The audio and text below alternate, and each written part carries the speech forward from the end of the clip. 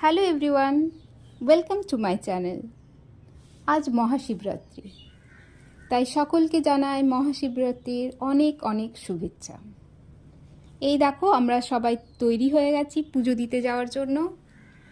মন্দির আমাদের বাড়ি থেকে বেশি দূরে নয়, 2 পা গেলেই মন্দির। আর এই বছর আমার ছেলেও পুজো করতে চাইছে, বলেছে মা পুজো করব, আজ আর ভাত খাবো না। তো 3 জনে রেডি হয়ে মন্দিরে চলে এলাম। মন্দিরে এসে সবাই মিলে ভালো করে পুজো করলাম। পুজো করে ওর পছন্দের, রাজন্যর পছন্দের মিঠাইগুলো ঠাকুরকে দিয়ে দিয়েছি বলে তার আবার রাগ। ঠাকুরমশাইকে বলে আবার প্রসাদ চেয়ে নিলাম, ওর পছন্দের লাড্ডু।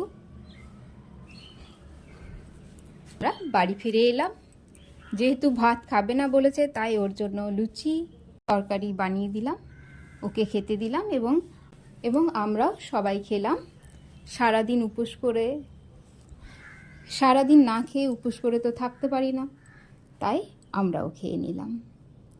ভিডিওটা কেমন লাগলো জানিও। ভালো লাগলে লাইক, শেয়ার, সাবস্ক্রাইব করো।